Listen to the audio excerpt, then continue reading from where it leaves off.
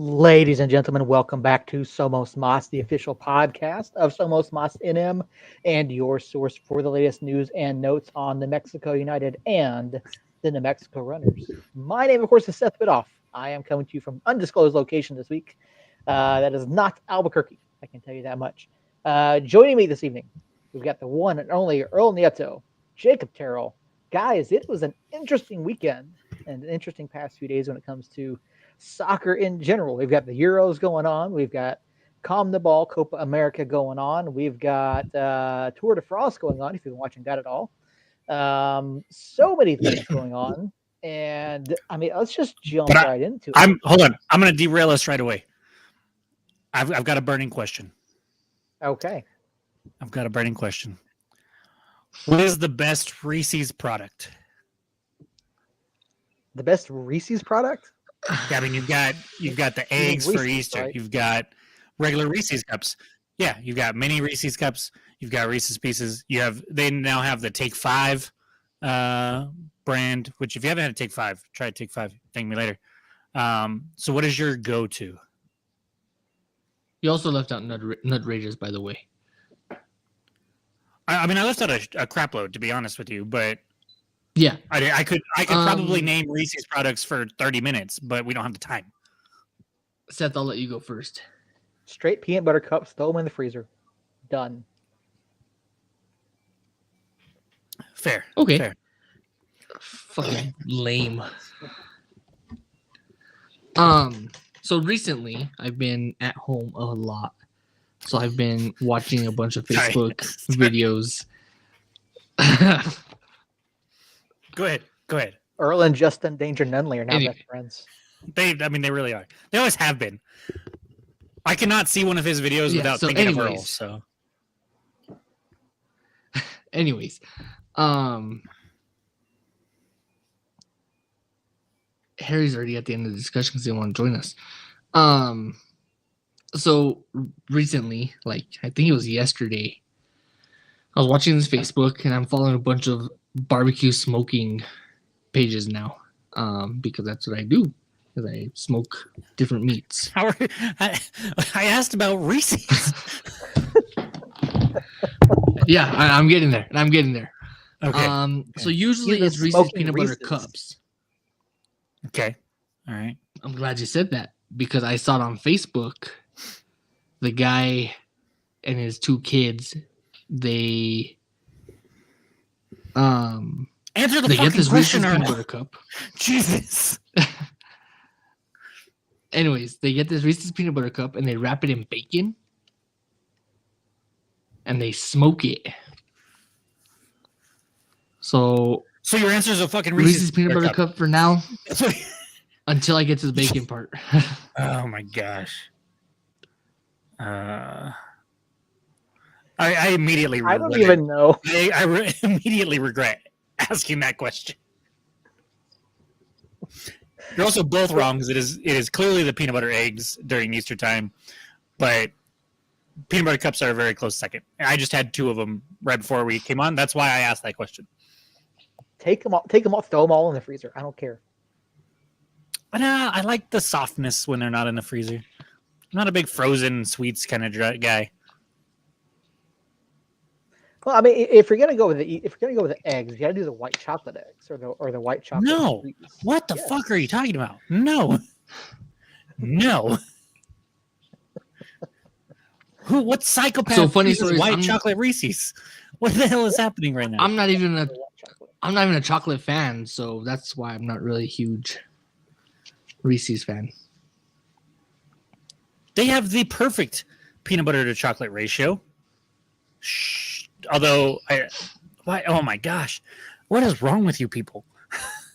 It was so much better when you were gone. It was. See, Justin agrees with me. I might just dip out. See you guys next week. Sorry. I come on, I derail the show, and then I bounce. I'm the new Earl. Well, I mean, to be fair, Earl has been fairly serious of late, so someone has to derail things somehow. See? Sounds like a Peeps kind of guy. No. Catch me. Oh man, Robert. I hate that you're Team Earl.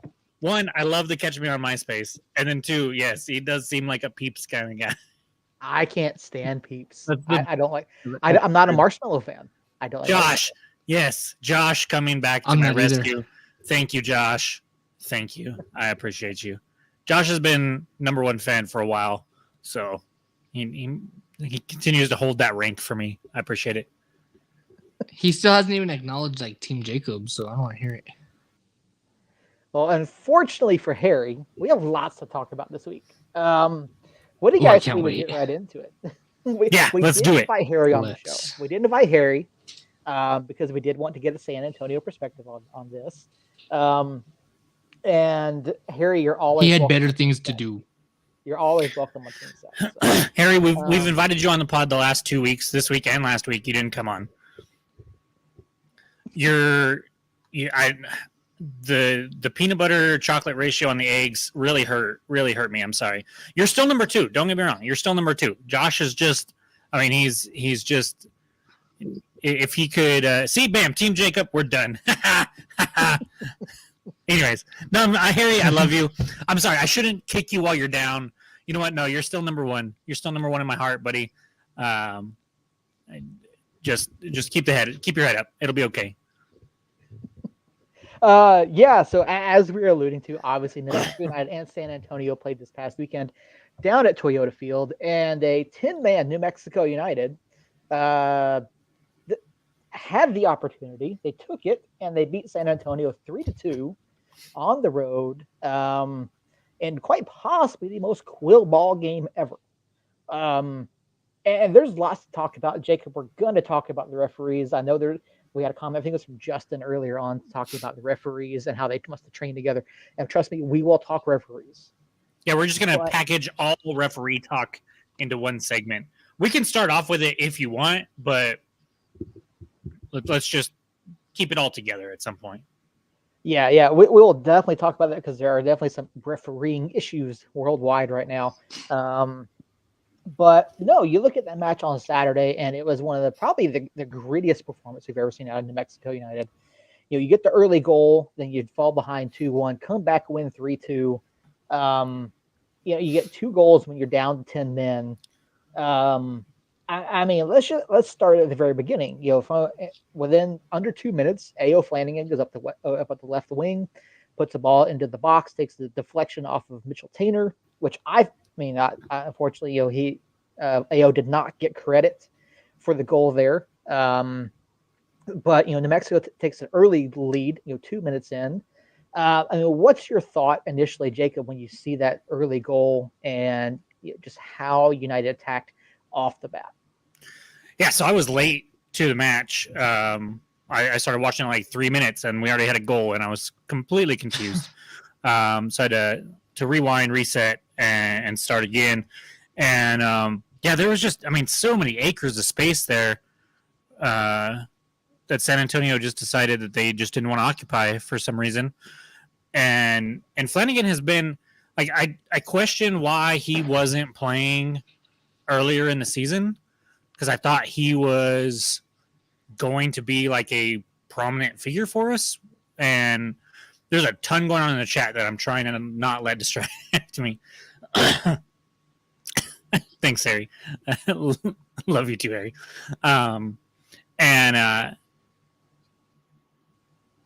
He has come on the last, 3-4 weeks, 5 weeks maybe, and has really kind of ignited an attack on that left side.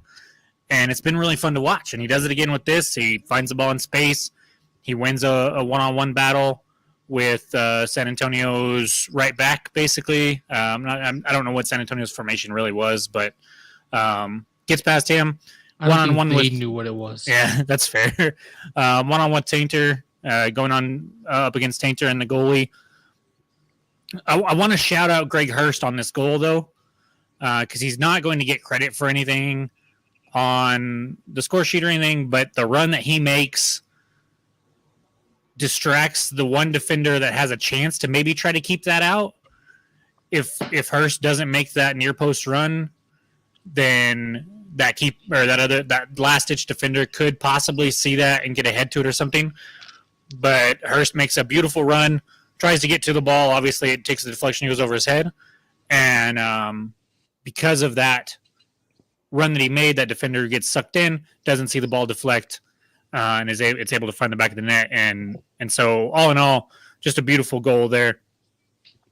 This team is fun, man. It's just between that and then everything else that we're about to talk about. I mean, it's just a really, really fun time to be a United fan. As miserable as it is to be an SAFC fan right now, that's probably how fun it is to be a United fan.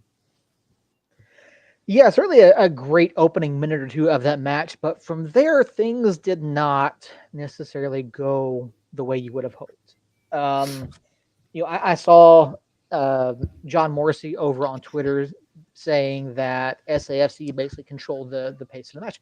And to be completely honest with you, they did. They controlled possession. They controlled what they wanted to do, and you could see them making attacking moves. Now, this is the team that struggled, and Harry and Robert can attest to this. They've struggled throughout the season in creating opportunities. And even here on a Saturday night, they struggle with getting chances on frame. But where they really took advantage of what New Mexico United was doing was particularly in the defensive third, where we could not stop fouling. And there was a comment just a few comments back saying both teams were horrendous at defending set pieces. And again, some of this discussion is going to bleed over into what we'll talk about later with refereeing, but United was making some silly decisions. And I think most of us can agree that there were some fouls that probably were a little bit tacky, but San Antonio took advantage. In particular, look at the first goal from Juan Agudelo. Great little chipped ball over the wall by Jorge Hernandez, I believe, and fell right to Agudelo, who was completely unmarked. Hurst just lost him. And then you see a few minutes later, there's basically a 15-20 minute span where there's set piece after set piece after set piece for San Antonio, and I'm sitting here going, what are we doing? Why are we giving up so many fouls in these positions? I mean, Earl, what was San Antonio doing right, and what was United doing wrong in these moments? I think I want to say that their spell came after the Akale call. It started before. I could be wrong. They were up 2-1 before Akale even went out. So, I mean, what they were doing is they were playing quill ball against us is what happened. They wound up pressuring us and playing our style of soccer that we're not used to seeing teams actually do. We're used to being able to dictate what's going on with the game, what's happening where, and the ball's being put where we want it. But San Antonio was countering that by playing the same kind of style that we like to play. The Agudelo goal, that was a nice goal. I'm not gonna lie. Where it landed right at his feet for him just to karate kick it right in. I mean, there's a reason why that's a goal of the week nominee. I don't know if he won it yet or not, but I do know it's a goal of the weekend because it was San Antonio against us. I did not vote for that one, that's for sure. But then really what happened is they got the first goal and they caught us off guard. Now they're trying to catch us with our feet flat, catch us with our nose in the ground, trying to figure out where we're coming from. The second goal just happened to go in for whatever reason. The soccer gods wanted that to happen.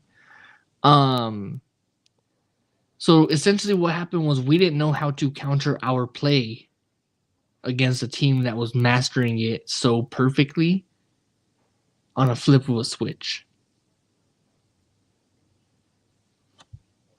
Yeah, San Antonio absolutely took advantage. And they were playing the ball in dangerous areas. They were making runs. And they were forcing us into making mistakes and giving up silly fouls. In particular, you start with, there were a couple before it, but you look at the first foul where Akale got a yellow card. You know, bad foul, bad position, absolutely a yellow card. Right call. But it immediately leads to a goal. And I think that had an effect on Akale because 3 minutes later you see him down the other end of the pitch, getting into space, and getting a second yellow for simulation for what seemed to pretty much everybody watching as a foul through the back in the area. Now, when you're watching this live, Earl, and you see that foul, what's your initial reaction? You see the referee running up, card in hand, ready to go after a foul in the box. I was expecting penalty call. I really was, especially with what Akali did the match before, where he drew the same penalty doing the same thing. But in this case, it didn't go in his favor. It's a very smart play for him to attempt, for sure, especially if he just sees a little bit of a nudge. Then, yeah, he obviously is going to go down and try to get that penalty call. But, I mean, I'm looking at the stats now. 2, 3, 4, 5, 6, 7. There were 7 yellow cards, counting the second yellow to Akali, in the first half. And then 2 in the second half. This ref was a little out of control, and I know we're going to get to reffing here later on, but essentially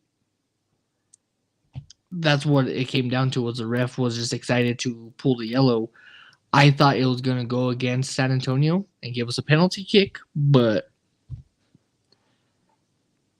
the ref thought otherwise. Yeah, it was an interesting call in that moment because if you do call that foul and you give Burra the yellow card, Burra's sent off at that point because he already had a yellow, which that in itself would have completely changed the complexion of that match. You watch it and could you argue it's soft? Maybe. I think you could potentially make that argument, but even the San Antonio commentary team was going, okay, they thought it was a penalty. They didn't understand what was going on. I want to say they even said that they were wondering if the club was going to appeal it to USL. We can't. Yes, you can. You can't appeal a second yellow. Yes, you can. It's in the media guide. You can appeal a second yellow. Because it's a send-off. Since when? Since at least 2022.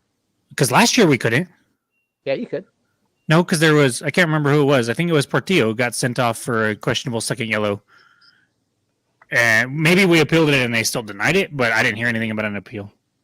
Well, and that's part of the issue, and there's a discussion going around because the USL Championship has basically stopped doing disciplinary reports.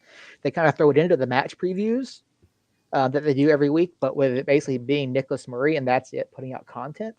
If you go back under news and look at disciplinary, the actual disciplinary report has not been published since like 2022. But no, if you go back to the USL media guide, clubs can appeal second yellows. There is a cost to the team to do an appeal process.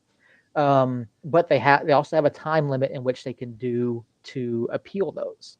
I did reach out to the club to see if they were appealing the call.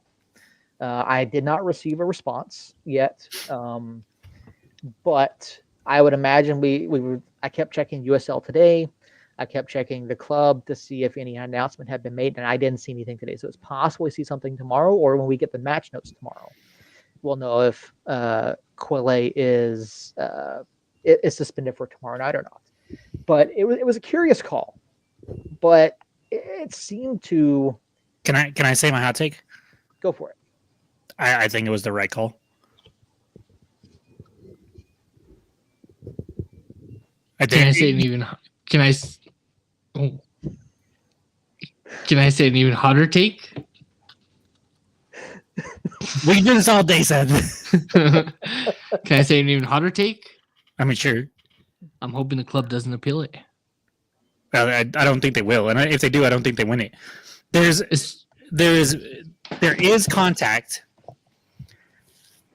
It could be said that Akale starts to go down before the contact even happens. And there is minimal contact at that. I don't think there's a whole lot there.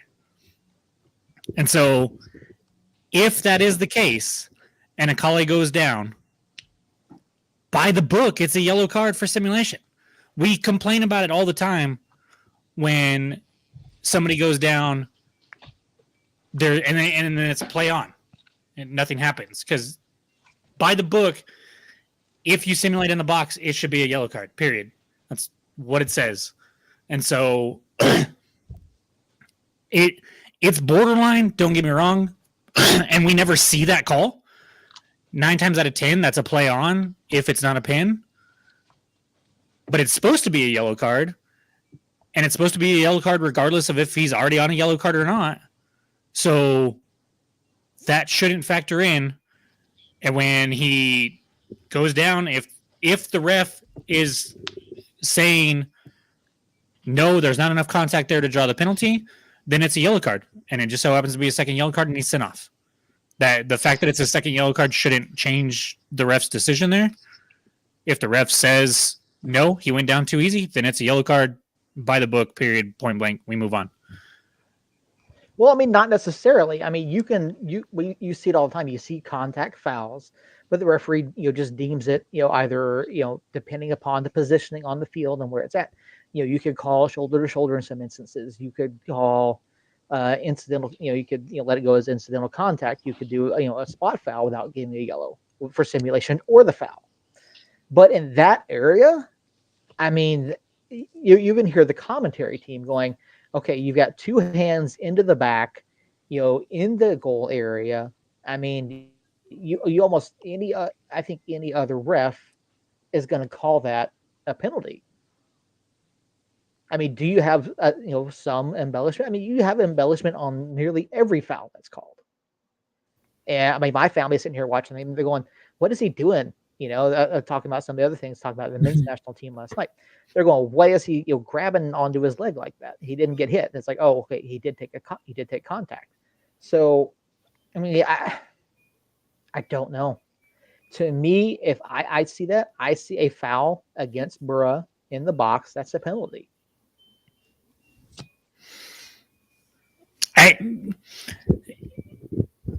The fact is that it doesn't really matter what either of us think. So, and honestly, you can make an argument with the way San Antonio plays with 10 men that we paid him off to send off a Kale so that San Antonio goes up a man and plays like shit because that's what they do when they go up a man. And so maybe it was all part of Quill's plan from the get-go. I mean, who knows? Maybe you're right, but it did seem to wake up United. And going back to the comment about set pieces and how poorly both teams defended set pieces on Saturday night, just 4 or 5 minutes later, United wins a corner kick, and you see Zico Bailey standing over the corner, delivering it into the box to a completely unmarked Abdi Mohammed, who gets an absolute worldy of a header onto the ball to pull United back level before the end of the half. And, I mean, realistically, what's going on with set pieces? Well, we've been pretty good this year, but for whatever reason, and Saturday night, we were not good on set piece defense, and neither was San Antonio. Well, I think so. The first goal for San Antonio, it's not really our set piece defense. It's Hurst being a step slow and them having a well-designed set piece. Like they set it up perfectly to create all that space for Agudelo to run into. And then he sells it great, starts off just a little bit late. Thank you for calling me out on that, Josh. Starts off just a little bit late. And then Hurst is just a little bit slow to react, and he finishes it beautifully. And so I'm not going to get mad at the set piece defense on that. I might say, Hurst, what the hell are you doing? But to me, that's just a beautiful set piece design, and it's perfectly executed. The second one is kind of one of those oh shit moments where, I mean, it clearly hits Herbert's arm. And when it hits Herbert's arm, it's kind of just like, oh, well, here comes the PK. And then the whistle doesn't come. Agudelo is able to get a foot to it, put it back into the back of the net. So if anything there, it's, hey, play to the whistle. Like, this ref has been calling weird shit all night. You don't know if if it's going to actually be a handball or not. Play to the whistle, and you can see in the clip in the highlight package that it hits his arm, and then everybody that saw it hit his arm, besides Agudelo, even the other SAFC players, all stop. And half of the San Antonio players raise their hand up, and Agudelo is the only one that's like, hey, I haven't heard a whistle. I'm going to get to this ball first, and I'm going to put it in the back of the net. And so I think our set-piece defense lacked, but it's not like as atrocious. To me, the biggest set-piece defense mistake that I have seen in my almost entire life is Mohamed's goal. You are up a man at that point, and Mohamed gets as wide open in the 18 as I've ever seen anybody wide open on a corner kick. There's nobody within like 5 yards of him, and you're up a man at that point. What are you doing? And so that is way more inexcusable than either of the goals that we give up. And I just thank San Antonio for that, because it's a fantastic header. Don't get me wrong. I mean, the finish is beautifully placed, perfectly paced. I mean, that whole goal is incredible. But also, San Antonio, like you have an extra player out there. How is one of our players doesn't have anybody within 5 yards of him? That was atrocious. I'm gonna chalk up ours to one or two people's mistakes and then not playing until the whistle, not necessarily set piece defense, if that makes sense. No, I get it. I certainly do. And yeah, it's in those moments where you have to question, they said San Antonio up a man. How do you let someone get that open? Like I don't get. I agree. I think that is inexcusable. I don't know what their plan was there. Maybe they were. It certainly didn't look like they were man marking. It looked to me like more like they were doing more zonal marking than anything.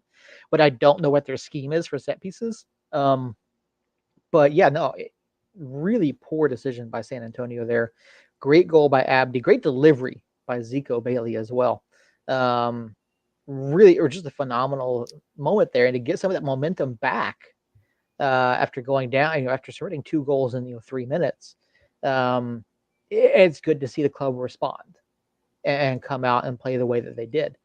Earl, going into the second half, I mean, what were your thoughts? 2-2. Are you thinking that Quill's going to come out and potentially just play for the draw, or do you think this is something where and I know we've talked to coach, and coach has said we want to win, we want to go for the win, we want to remain attacking, but in a situation like this, I mean, do you think there's any moment where you're going, okay, we're gonna sit back, we're gonna try to withstand and come out of this with a point? I'm starting to believe that aside from the road trips that we took that we got handed to, I'm starting to think that losses and draws are not in Quill's definition or vocabulary. I'm starting to think that even if we're down 2 points, down a man if we have to be, we're still going to fight for the win and go for the game-winning goal every time. So I think at halftime we went in down 2-1, down a man. It was tied at 2 at halftime. Tied 2-2, right. I was wrong. I think going in, it was a brand new game, minus the fact that we're down a man. But I mean, Quill doesn't believe in the word stop or loss for sure. I mean, even with the loss that we saw in Monterey Bay, we were still firing on all cylinders at the 90th minute. So I don't think we accept defeat, and I don't think, obviously, this team likes defeat. I mean, I don't know any team who would unless your name is El Paso. But yeah, I think that we go into the half talking about getting the game-winning goal, regardless of what it's going to take. Moving ahead, just a few minutes into the second half, United came out, looked strong in the opening couple minutes, and then you see AO draw a foul in the box, and this one's awarded a penalty. Now, the commentators on this one felt it was it was unwarranted. Obviously, we as United fans, for the most part, were cheering the referee's decision here. I know there was some belief that this was a bit of a makeup call. Do you believe that was the case? Because from what I saw, um, it looked to me like Shannon Gomez clearly caught AO, tripped him up in the area, which is a clear foul. But it's a clear penalty. I didn't see anything else. But did I miss something here? We can ask Harry. Harry will call it a handball on Weehan if we ask him about anything. Love you, Harry. No, I don't know, man. It's I think it's pretty clearly a foul, but I have yet to see a definitive angle of actually who gets a touch to that ball. I'm 95% sure it's AO from what the angles we have, but there could be an argument that it's Gomez. I don't know. The whole thing though, it's a throw-in set piece essentially, and it's designed for AO to make that back cut, basically like basketball, to cut baseline while your high post, in this case Greg Hurst, pops up to receive the ball, and Hurst with a great little nifty back heel right into AO's path, and yeah, the one thing that drives me nuts, I will say, like, I'm happy that we got the PK call. I'm happy that Hurst steps up and buries it. It drives me nuts that PKs can be called when, as long as you get a touch to it, your touch could literally send that into the fifth row of the stands. But if you get a touch to it first and then the defender takes you out, it's going to be a PK. And that drives me nuts. Because there was no way with the touch that AO got to it that he was going to get back onto it if Gomez doesn't bring him down.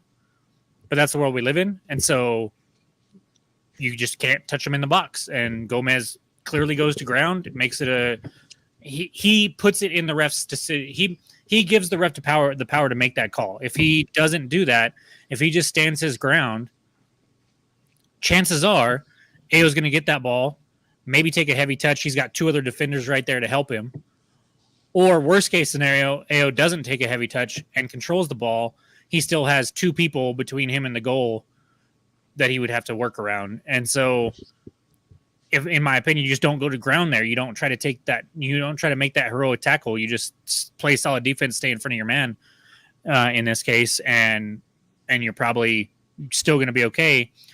And so I haven't seen a definitive angle of it that shows one way or another.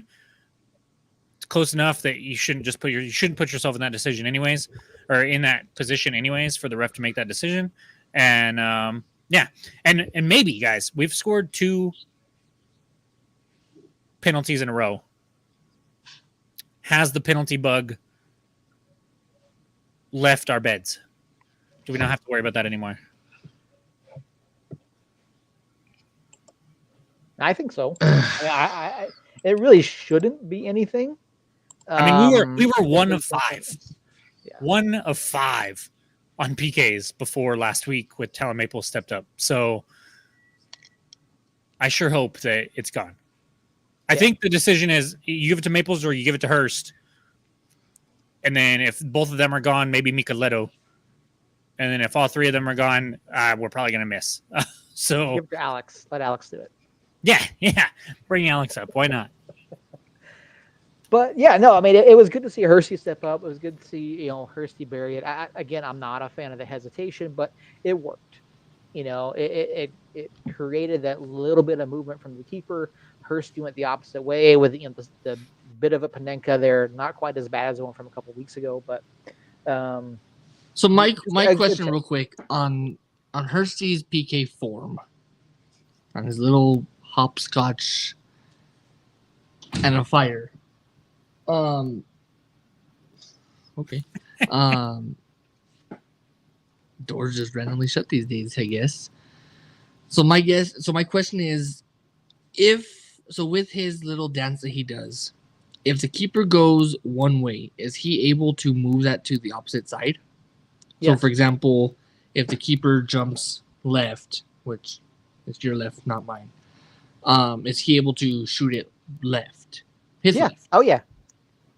Yeah, as long as the keeper just has to be on the line until the ball is kicked. At least 1 foot on the line until the ball is kicked. But let me he reword that. go- Let me reword that real quick. he can go either direction. So like if he goes to the left and the ball is like slowly rolled to the right, he can absolutely get up and go the other way. I think what he's asking is when Hurst Is does his body will his body allow him to do that? you're talking about Hurst, right? That's my question. You're talking about Hurst, right? I'm sorry. You're talking about Hurst. Yes. So he Yes. can come up as long as he doesn't stop, right? He can come up, do that little hesitation, see which way the goalie leans, and then kick it the other way. Yes, that is Yeah. part of what that design, what that run up is for, is to try to send the goalie one way or read the goalie and see which way he's going to go, and then kick it the opposite way. So he very easily could have had McIntosh gone to McIntosh's left. Hurst very easily could have kicked it to Hurst's left. And made it that way. Yeah. The way the rule is written, once the player completes the run up, they can't do like any sort of hesitation. They can't like feint at the ball and then go. They have to finish. But at any point during the run up, they can do hesitations and that type of stuff. But they can't stop completely. They can't stop. Now, as far as physical limitations of the player taking the PK, if you watch a lot of players, once they hit that plant foot, they either open up their hips or they close down their hips, which is going to affect how they kick the ball. But typically, once the player closes down their hips, they're going that direction. If they keep their hips open, they have a little bit more leeway as to where they're going to kick the ball. But it's a Hurst can go whichever way he wants with that. Yeah, so we go up 3-2 on that, and then that's in the 48th minute, 52nd minute. So I knew it was somewhere in there. I think the PK call was like in the 48th, and then by the time it all got situated. And so we still have 40 minutes left, basically, and stoppage time, any extra stoppage time to hold on to get the W, and just a masterclass, basically, by everybody involved. I mean, Tambakis gets the 2 goals and 1 save in the first half, and then he doesn't register a save until the 84th minute. His league leading all-time save. I said that terribly. Let me back up.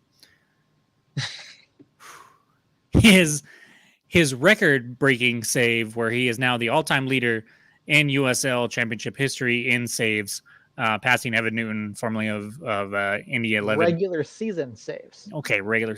Everybody should know that by now. If they don't, then kick rocks. And so he makes that 1 save in the 85th minute, I think it is, off of a free kick. That Kalen, I don't know what Kalen's doing. He had a comment on Instagram, though, that made me laugh because Tambakis gets recognized, and then Kalen says, "Hey, Alex, sorry about that, but also you're welcome?" ? Because I don't know what he's a part of the wall, and then he literally jumps out of the wall and like does this weird little like leg kick to try to get back in there. But because of that, I mean, San Antonio just couldn't put anything on frame. They couldn't really get going anything. We had a couple of good chances. I mean, it was just a beautiful 40 minutes of holding the lead, which now that is our 10th win. And we have won all 10 games by 1 goal. So we kind of know how to hold a lead with a 1 goal lead right now. And so it doesn't necessarily surprise me, even being down a man, that we were able to do that. But man, was it fun to watch. It was like the funnest defensive game that I've ever watched. The biggest part that had me question really was we saw Harris come on, I think the 48th minute, somewhere's around there, and I have the stats up.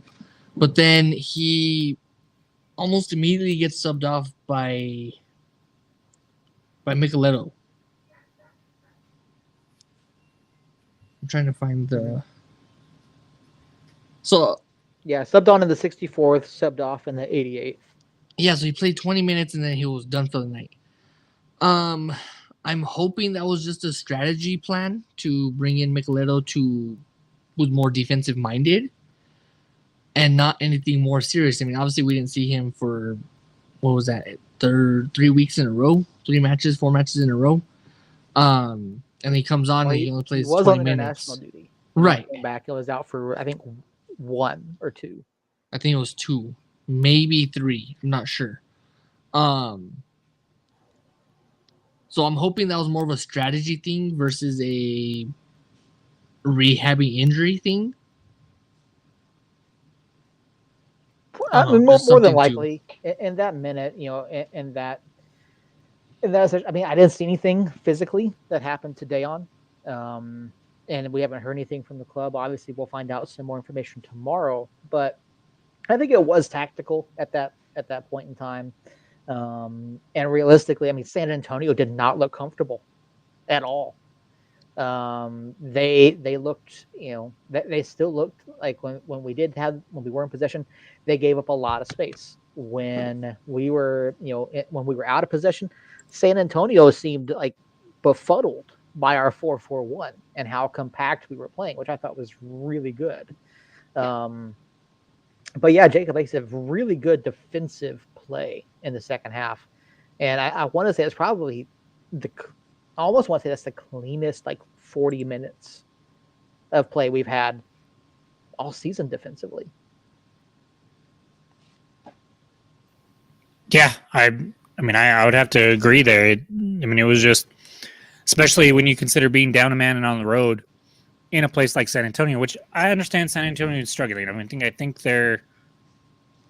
I had the standings pulled up a minute ago. They're tied for 10th place basically with Phoenix, but they've played 3 more matches, or not Phoenix, sorry, Tulsa. But they played 3 more matches than Tulsa, and they're only 5 points ahead of El Paso. They're in last place, so they're obviously struggling. You don't lose 5 matches in a row unless you're really, really kind of down bad. But it's still a tough place to go play. They were still up a man, and so to do that, clearly even better than our last game against Colorado Springs, which I believe was a 1-0 win. Summertime sucks, guys. It's way too busy for me. But yeah, so even that being just a full 90 minutes without giving up a goal, definitely this 40 minutes was by far the cleanest. There were a couple of chances. Cameron Lacey had 2 or 3 where he kind of got behind, and we were able to make Herbert on one of them got beat, but was able to recover just enough to kind of force Lacey to take an off balance, uncoordinated shot that hit the side of the net. And then on the other side, Maples had a good run to stop a Lacey chance when he kind of got behind also. And so there were some moments for San Antonio, but nothing that led to really anything of substance, which I imagine Robert and Harry as SAFC fans, when you're up a man and down a goal, it's got to be infuriating to not be able to produce any real substantive chances in that case, especially when you've lost 4 matches in a row and you have to be like really, really, really pushing for that win. And so to see them not really do it, it's got to suck if you're an SAFC fan. All right, man of the match. Go ahead, Earl. I think Mohamed's my man of the match. Him getting the tying goal kind of restarted the match for us and reignited the flame to win. That, and he found himself miles apart from anyone else on an island of his own, pretty much. So yeah, so I think Mohamed's my man of the match. All right, not a bad shout. Abdi obviously had a great match. Really happy to see him have a positive result and have some good things happen for him on Saturday night. Jacob, I'm glad that did not go where I thought it was going to go. Well, I don't know what you're talking about. We almost had OnlyFans over here. Yeah. It's ridiculous. For me, it might sound like a bit of a cop out, but Alex, he didn't necessarily have a whole lot to do between the sticks. But the challenges that he did face, he did a pretty good job. I felt like even on Juan Agudelo's first goal, he closed down the angle really well. That was an incredibly good shot by Agudelo. So great decision by Alex there. And I felt like, his his decision making, his his deliveries on the ball, the way that he kept the ball going towards the other, especially trying to kill off time. Really good job by Alex. I like what he did on Saturday, despite giving up the 2 goals. Yeah, I mean, Alex, feel like maybe, I think he thought he was going to get chipped on that first Agudelo goal. But, and he kind of came up at him with his hands up instead of, making himself a little bit bigger. But still, yeah, he's got a very calming presence about him out there. And I will say, like, I know Ryden hasn't played much, but I have seen a huge difference in the way the defense just conducts themselves since he's been back training, I believe. Like you look at when he came back, and then you watch the matches since he's come back, and Maples and Herbert just seem to be a little more confident, a little more relaxed back there.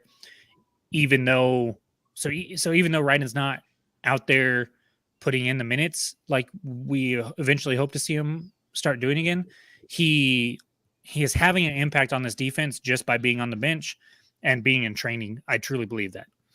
He's not my man of the match. I wanted to shout that out because I don't think it might have flown under the radar, and I want to make sure he gets some credit there for the work that he's done since he's come back.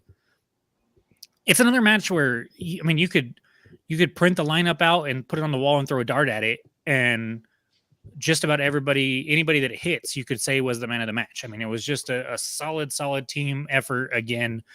I'd probably say Abdi, but because Earl said it, I'm going to shout out Zico Bailey, who, when he was on international duty, the midfield, especially the deep lying midfield position, just really we were clearly hurting not having him out there.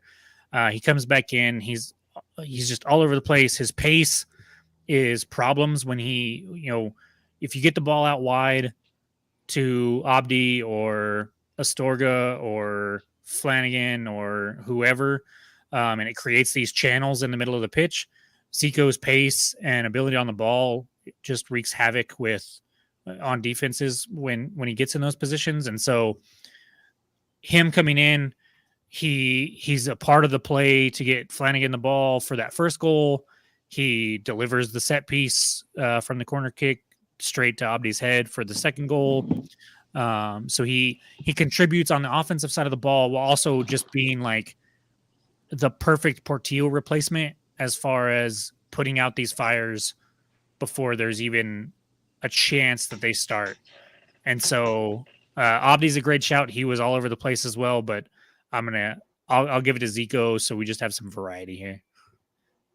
Yep, not a bad shout at all, no matter which way you go. Some really great performances from a lot of different guys on Saturday, and the 3-2 win over San Antonio on the road. Apparently not going over the Mississippi. Good thing for New Mexico United. But we do have a lot more to get to this evening, and Earl is about at his bedtime. Otherwise, he's going to get in trouble and turn into a pumpkin.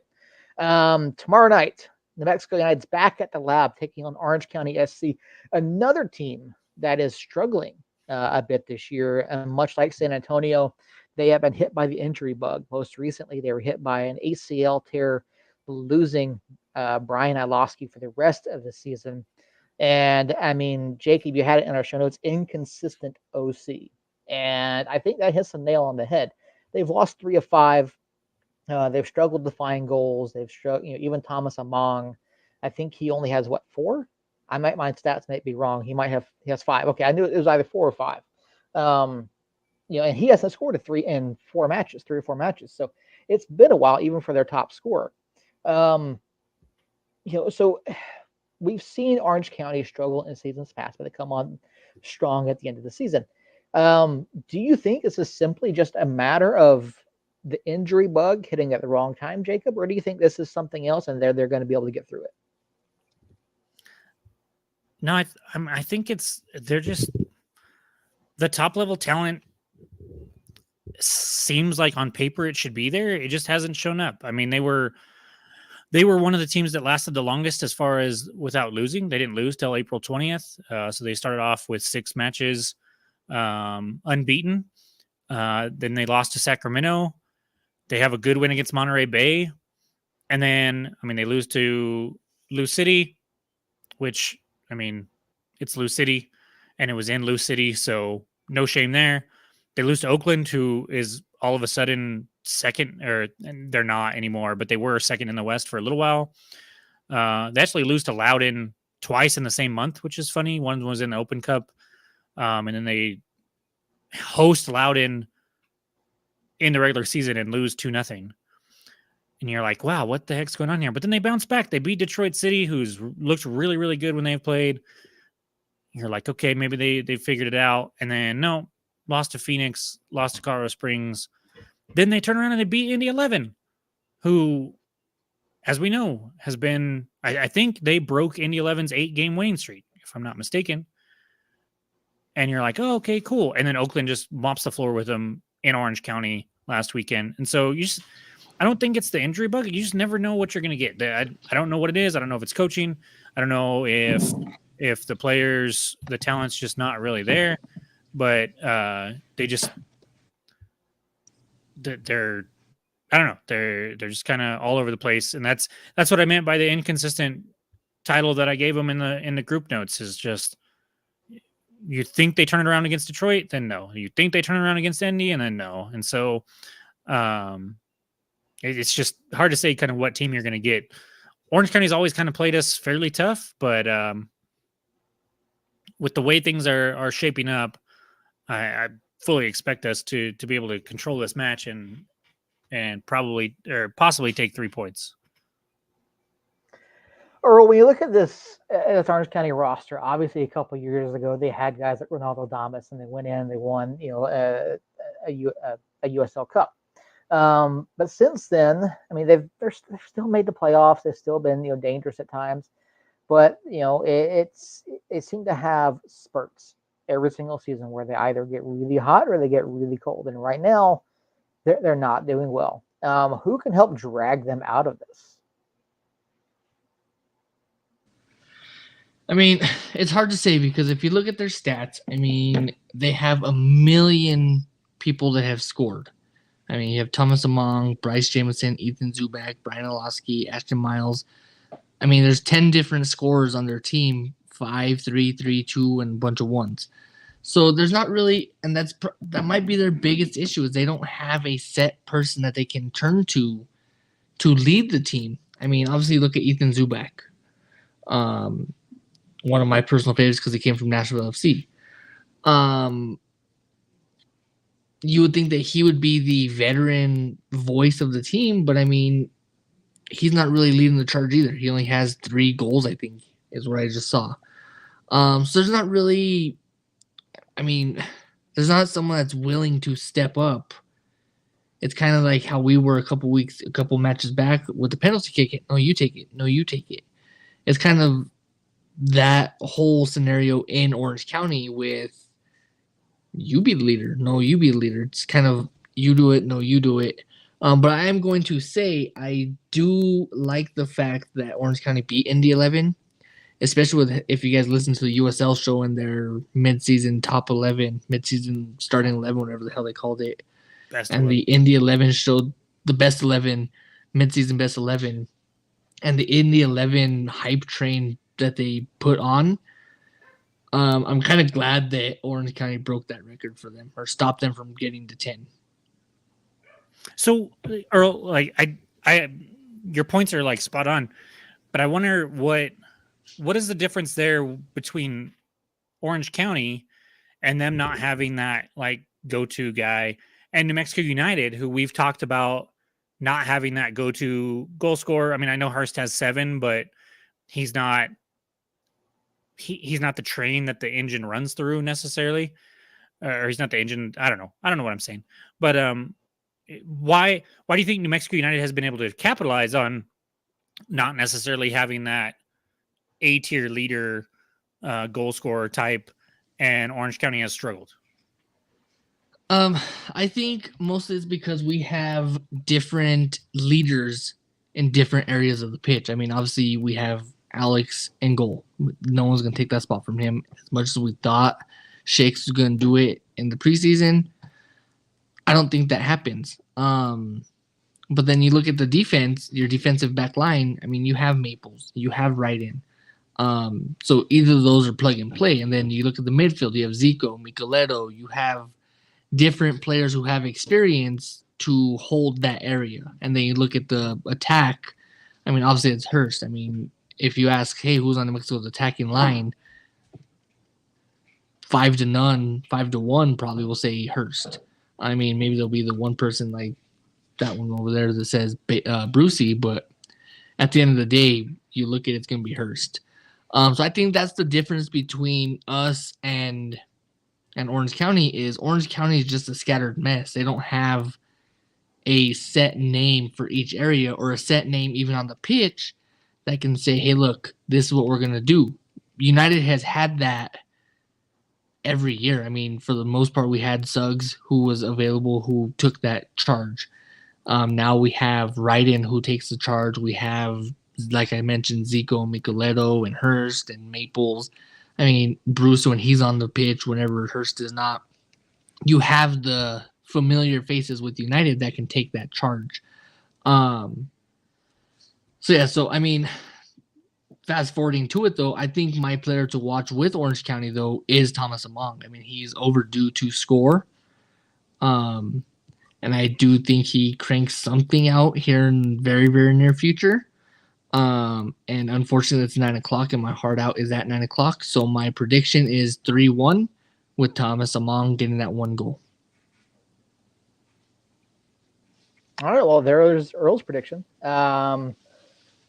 Jacob, I mean, what do you make of Earl's take there? And who should we be watching tomorrow night from Orange County? You're muted. Jacob, you're muted. Earl, are you taking off? Okay. Yes, I am taking off. Earl, we love you. We will talk to you next week. Maybe now Harry will. Go ahead. Maybe now Harry will jump on, and actually next week I won't talk to you next week because you'll be over in LA. Yeah, that's what I was gonna say. I might pop on. I'm gonna have my phone and my headphones, so I might pop on. I don't know exactly what Tuesday is gonna look like over there, but we shall see. We'll talk about that later. Earl, good night. All right, see you guys later. See you, Earl.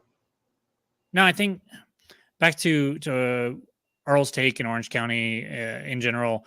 Among's a great shout. Like, he's been in the matches that I have watched Orange County, he has been by far like their most dangerous, most consistent attacking threat, which, I mean, I don't think should be the case. Like, they have a pretty deep attacking line. They've got Christian Sorto, who hurt us in the RGV days. They have Ethan Zubak, who was mentioned earlier, Bryce Jameson, who's a young up and coming kid. You mentioned Olowski, who's hurt now, but still, Cameron Dunbar came from Oakland, and has been fairly good. Seth Kasipli.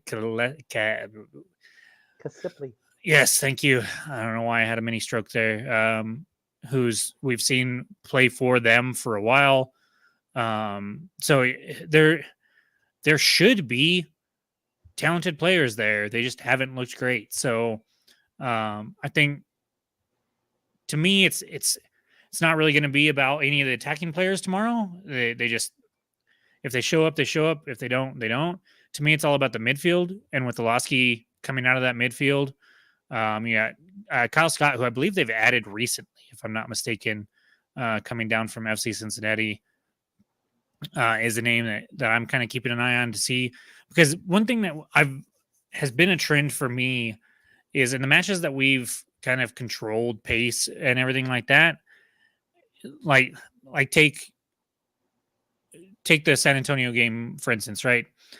Agudelo was involved on set pieces, but in open play, I don't know how many times his name was called in the attacking portion of San Antonio's play. They mentioned him dropping back and playing some defense a couple times. I know he stripped Bruce at one point. That led to one of the Cam Lindsay chances, I think, but or Lacey chances, sorry. He typically the nines and the more forward players for the opposing team aren't involved much when they play New Mexico United. I don't know. We've just done a really good job of kind of taking them out. And that starts with the midfield. And so when you mention a midfield of Marco Midoletto, Nicky Hernandez, Zico Bailey, Nanan Hosu, and so on and so forth, if you don't have a midfield that can compete with those guys, you are going to struggle to create chances against New Mexico United. It's just that simple. And I don't know if Orange County has that midfield. And so it's going to come down to Kasipli and Scott and whoever else they decide to start in the midfield there. And that's kind of going to be how we determine if they get chances or not. And so I'm not going to throw out a player, but I'll throw out that position group of the midfield. And if they can't compete with the likes of Zico Bailey and Anan Hosu and whoever else we throw up there, then it's going to be a long day for Orange County. Yeah, that's where I was going to go with it as well. You mentioned Seth Kasipli. I actually talked about him earlier today on ESPN Radio 1017 The Team as someone to watch, because he's a guy that can pick out some passes and create chances going forward. And, our midfield is so good at, dominating that space and turning the ball and making those transition plays that it's very hard for any team to come at them. But that's where I'm looking too, because without Alosky, without the scoring threats of guys like Damas in the past and Milan Alosky, it's been hard for them to consistently convert those chances that they do have, and then even create them. But I'm right on board with you. It's hard to pick out a single player. Like I said, Kasipli is a guy I talked about earlier today. He wasn't. I want to see. He wasn't in their last lineup against Oakland. I don't know why, but that might be something to watch. And their midfield is kind of like you said, Brian Olowski's gone. So last week it was Kyle Scott, Christian Sorto, and then who was the last one? Chata, as their starters. And I'm sorry if that's your starting midfield against us. Good luck, man. You're gonna be in some trouble, in my opinion. So, yeah, that's kind of what I'm looking at. Is that I just don't know how well they're going to stack up, whether it's injuries or because maybe Kasipli's hurt. We know Olowski's out. The week before, Chata was playing left back, and then they moved him to like a sixth position in front of the center backs. And so they seem to kind of be in scramble mode when it comes to their midfield, which I think bodes well for us. Yep, absolutely. All right, what's your prediction? Oh man, the money is on a 1-goal win of some kind, but I think we finally get over the hump here. I think we go into the weekend off on a high note, even though we played last on Saturday. They also played on Saturday, so it's not like one of these teams is coming in well rested and the other one's not. And so I think we end up getting a multiple goal win. I'm going to say 3-1. There you go. Earl and Jacob both going with 3-1 wins. Oh, he went 3-1. Yeah, okay, I'm going to go. Well, I'll let you go, and then I'll make my decision off of that, so I don't take yours. So looking at it, Orange County is struggling right now offensively. They're struggling through the midfield. I think this is one, again, I think we stay undefeated at home. I think we stay perfect at home. I'm going to go so far as to say 2-0 at home, United. I don't think we see many guys being rested this week because we do have the match this weekend, and the guys are able to get out and really prepare for LA next week. Yeah, so 3-1 and 2-0 are the two score lines that I was kind of thinking. But if I'm going to go for a multiple goal win, then I might as well go for a multiple goal win, right? And I'll go ahead and say 3-0. I've told you guys, I've mentioned it on the pod, I've mentioned it in group chats, I've mentioned it to my kids who know nothing about soccer, that eventually the floodgates are going to open. We're going to find the back of the net a couple times early and be able to really push the match and just kind of take control of it and not have to hold on for dear life like we have. Well, And I say holding on for dear life. It's nothing like the olden days of holding on for dear life where it's like we're just getting peppered with chances. Like we're up a goal, it's late. Orange County last year was a perfect example of that. We're up a goal, it's late, we're just getting peppered with chances, and then all of a sudden one breaks through and we end up going from getting 3 points out of that match to 1. That hasn't been the case. So it hasn't been necessarily like death grip, like, oh my gosh, we're going to like just flying by the seat of our pants. But these 1-goal matches, any little mistake can ruin you. And I just think we finally get over the hump, especially going into LA next week. I think we end on a high note. Maybe we can bury a couple within the first 20, 30 minutes and then add on one late because Senate or Orange County is pushing forward. And so I'll go ahead and say 3-0. Either way, I feel this is probably the most confident I felt going into an individual match in a while, which probably means we're going to lose. So I apologize in advance. But I think with the way these two teams are playing and how we've been playing at home, I don't know how you could watch that win against San Antonio and think we're going to lose this match. I agree with you. All right, so there you have it. There is our recap of San Antonio, our preview of Orange County tomorrow night. Jacob, do you want to get into refereeing, or should we just shout out our friends over in Rhode Island? Yeah, no, briefly, there were some questionable decisions, blah, blah, blah. It's already been talked about on everything else that you've listened to or watched or consumed. So I'm not going to beat a dead horse. There was issues this weekend. I'm not one to bash referees in general. I will definitely say there was issues this weekend. But at the same time, I don't envy those guys. And so I'm just kind of going to be like, no, they fucked up. They know they fucked up at this point because everybody has told them. And I'm okay with just moving on unless there's a specific thing you want to get into about it. I mean, from our perspective specifically, we've had issues in the friendly. We had issues in the match after the friendly. We had issues on Saturday night in San Antonio. U.S. men's national team, obviously Christian Pulisic took exception to the referees, as well as a number of other issues during that Copa match. I mean, I don't understand how Tyler Adams gets his foot stepped on and picks up a yellow for it. I don't understand the referee's decision to start the booking process and then allow quick restart. I mean, we could talk about the refereeing decisions in that match alone for probably another hour. I read that guy, it was his 7th ever international match. Yeah, it showed. Like so. he had no business being on that field at all. Awful job there. And then the VAR call, I don't know. There's actually a Twitter account that actually goes through and looks at VAR decisions, and they use calculus and stuff to figure out where the players are, and should it actually be offside.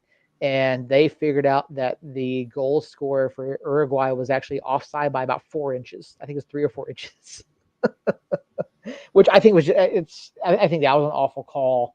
There have been some really, really bad refereeing things on big stages. So can I a small side note, one thing that does actually interest me, other than just piling on these shitty refs that we've seen. So you have the Uruguay call, right, where he's offside, you say it's by 4 inches.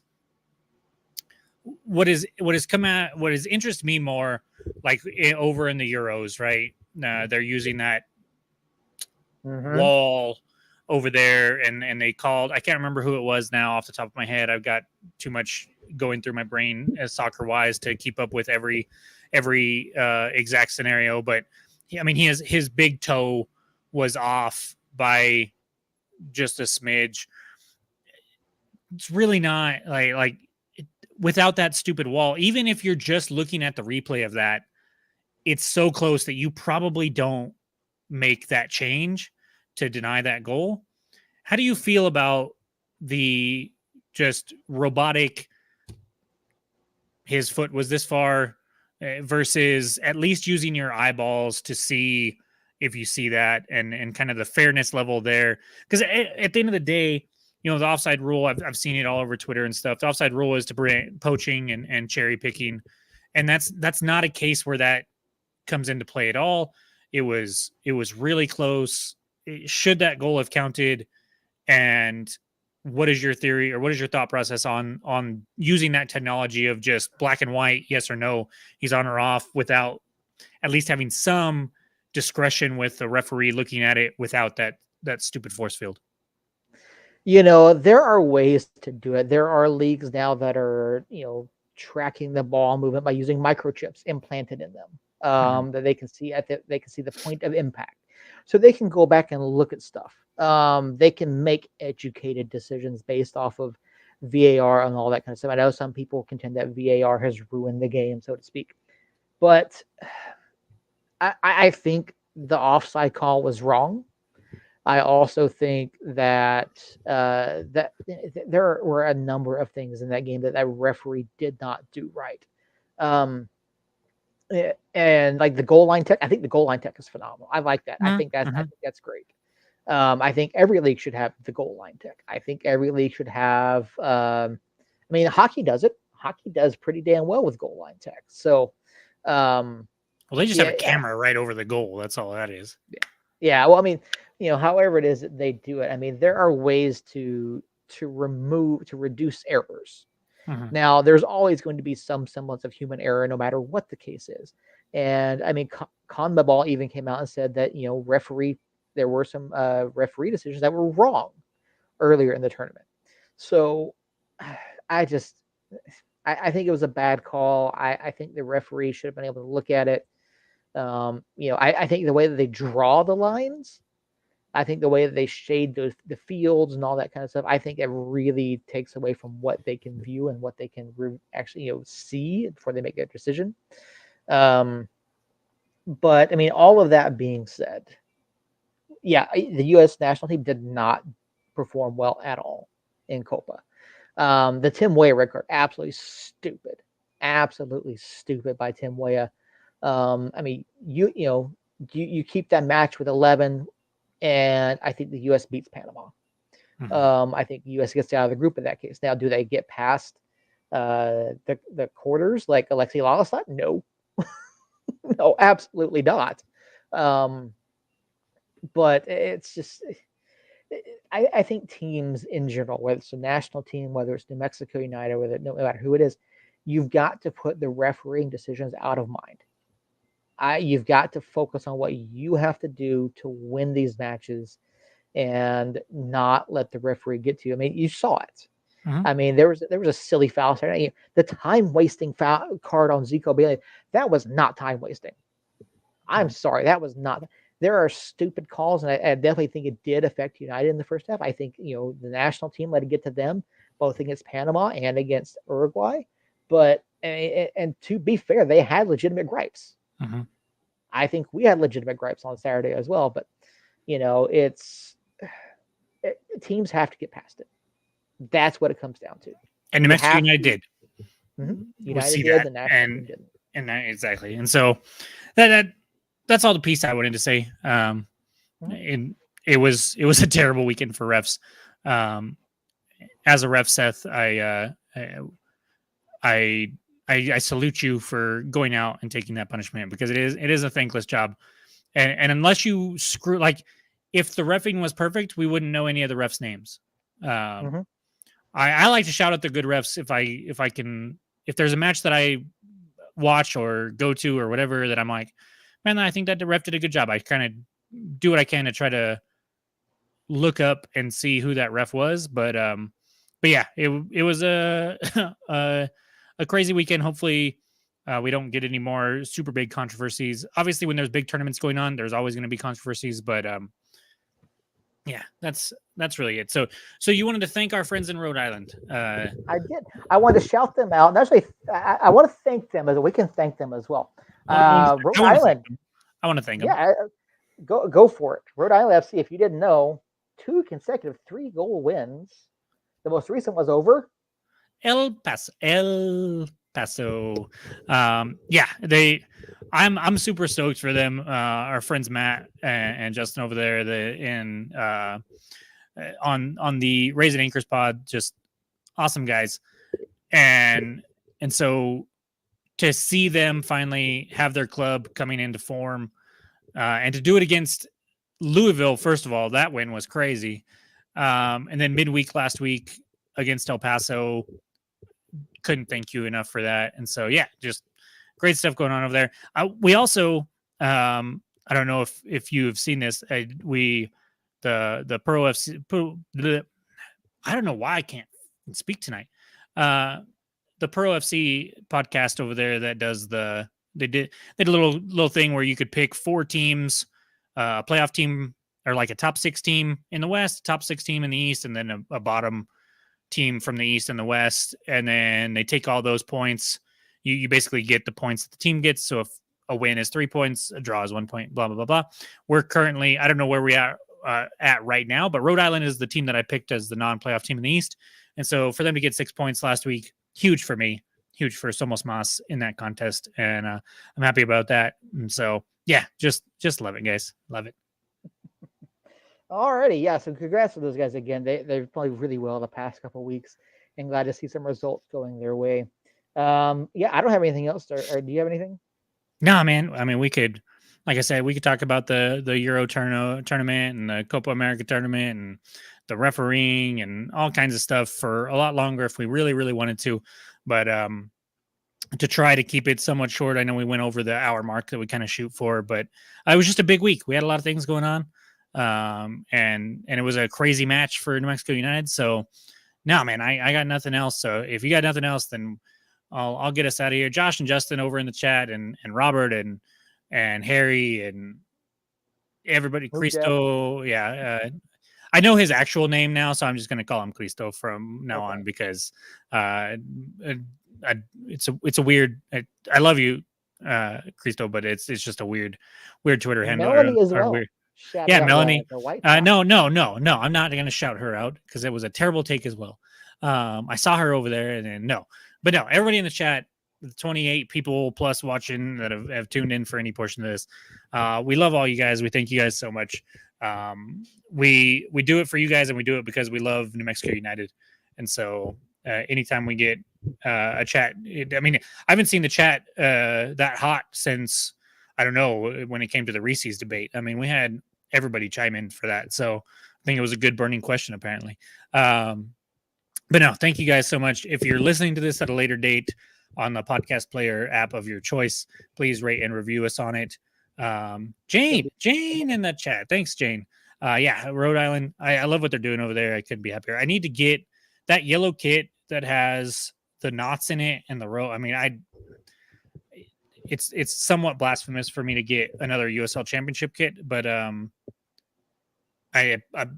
need to get that one. I think I do need to get that one. And so, yeah, Josh, see Reese's comment still popping off in the chat. Thanks, Josh. But yeah, as Earl mentioned, next week I will be in Los Angeles. I will be on the flight with the team. I'll be in Los Angeles. I'll be with my buddies over there. And so I'm not sure what the podcast situation will be for me, but I know Seth and Earl will at least be on to talk about the Orange County match tomorrow, and then preview the LAFC match, which these Open Cup matches are so hard to preview just because you just don't know who's going to play for the MLS team. But LAFC is playing fantastic right now. And so it's going to be a good one. No matter who's in there, I'm excited for that match. And so couldn't be happier. Hopefully Josh and Justin both hoping that you guys, one of you wins it. We can meet up over there for sure. But next week, somebody will be here to talk about that stuff. So be sure to tune in next week, 8:00 Tuesday night, like always. Orange County tomorrow night. I believe it's at 7 at the lab. You should go. I can't make it. Wednesday matches.